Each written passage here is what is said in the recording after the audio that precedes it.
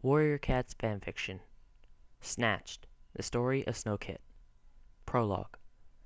Snowkit rolled onto his back, batting at a bit of moss near his ear. He let out a quiet giggle and felt it rumble in his throat, for he could not hear. Snowkit was completely deaf. He glanced over at Big and Ginger for a moment, feeling a longing to join in their game of pouncing on each other.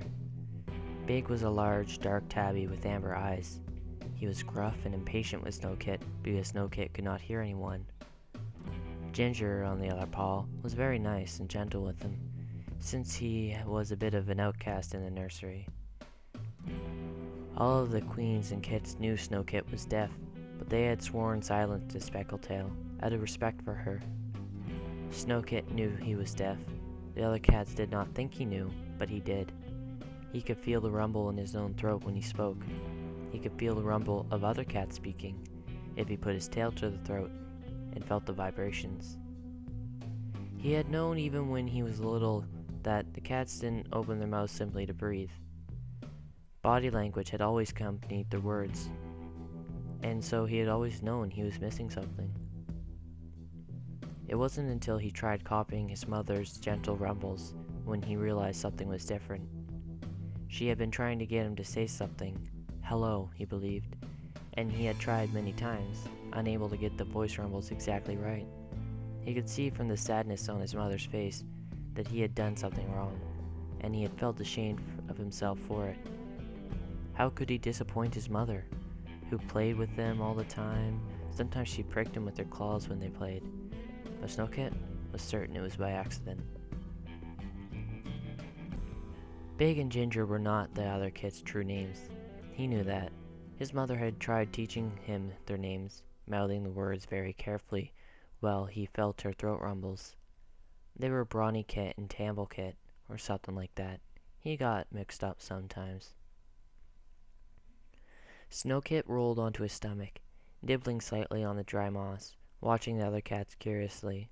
Most cats paid him no attention, but there were several that did. Two ginger toms, one whose coat was bright as fire, and the other a smaller gray she-cat with a strange twisted leg. Snowkit was very curious about the she-cat. She was as strange as he was, with her strange leg.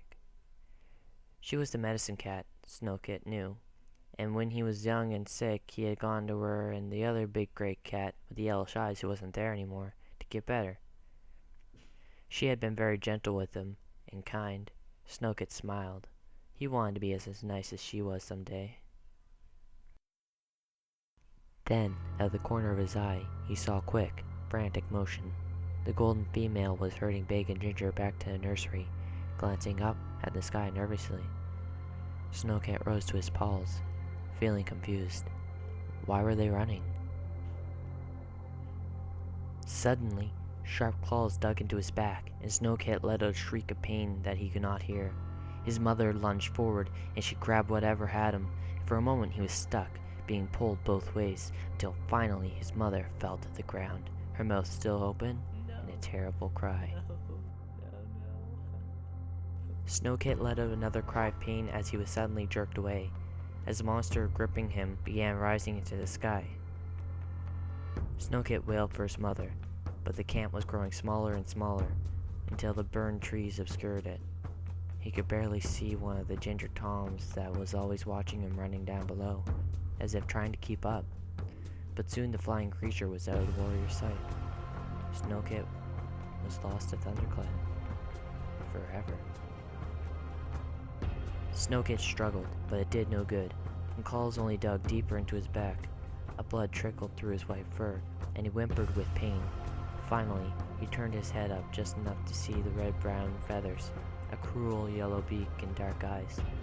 He did not know what held him, but whatever it was, he was surely dead now. He let out another wail. Where was his mother? Why hadn't she hung on? Saved him. Didn't she love him enough? He began struggling again, desperate to get out of the monster's claws, but it was no use. He finally dropped, exhausted, and simply watched the forest go by. And then, the forest gave way to a strange marsh. The Snowkit let out another wail, for he knew now that there was no way he could find his home, even if he survived this journey. For a brief moment, he thought he saw a small group of cats. Another clan? But they scurried for cover when the hawk flew over. The hawk continued. Soon, strange sights appeared to Snowkit. Huge structures, like giant dens. They were arranged in a confusing array, with no rhyme or reason to them that Snowkit could see. Large pink creatures milled about, and occasionally some pointed upwards to the hawk in the sky. And still, the hawk flew on. Snowkit let out a feeble cry of relief when he saw the forest again, but he could tell that it was not his forest, but another. He wondered how much more torture he could take. The claws dug into him with every beat of the hawk's wings. Snowkit was drooping slightly now, with exhaustion, and the hawk clutched him even tighter. Then, suddenly, there was a terrible sound like thunder and lightning colliding right next to Snowkit's ear.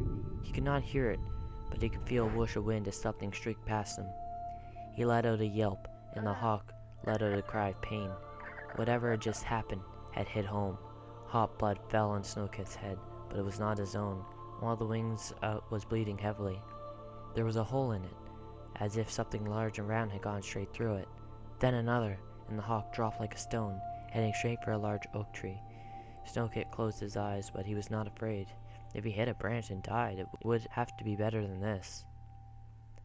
The hawk had been off balance when it was hit the first time, and from the second shot it had moved so that it was now almost on its back. It hit one of the tree's limbs with so much force that the branch snapped in half, and the hawk continued to fall, hitting limb after limb after limb. By some miracle, Snowkit did not hit a single one, although many scratched him on the way down. He was quite shaken by the time the hawk finally slowed, lying on its back on a thick branch. Snowkit opened his eyes hesitantly, and found himself staring into the glazed eyes of his captor. The hawk was dead. Snowkit simply sat there, unsure of what to do. The hawk's grip had loosened slightly as they had fallen, but the cruel talons still remained in his back. Moving would require him losing plenty of fur and a bit of flesh. Snowkit clenched his jaw. Somehow he had lived. He wasn't going to die up here, either. He wouldn't let that happen. Maybe StarClan had spared him, or maybe it was just luck, but Snowkit wouldn't let it go to waste. Snowkit unsheathed his claws and dug into the hawk's soft stomach, struggling to pull himself forward. He was only making it inch by inch, but with every movement, searing pain tore through his back. More blood was flowing now, he could feel it. But Snowkit ignored the pain and continued struggling. "I will not die," he thought. "I will not die." And then, with a strong tug and a last gasp of pain, he was suddenly free. However, he had miscalculated his pull, and it only pulled him out of the talons, but over the branch as well. He hit the ground with a dull thud. Pain lanced through him again, and pain clouded his vision. He realized he was beginning to lose consciousness. He struggled briefly in his mind, but the pain was too great. It overwhelmed everything. Finally, he descended into darkness.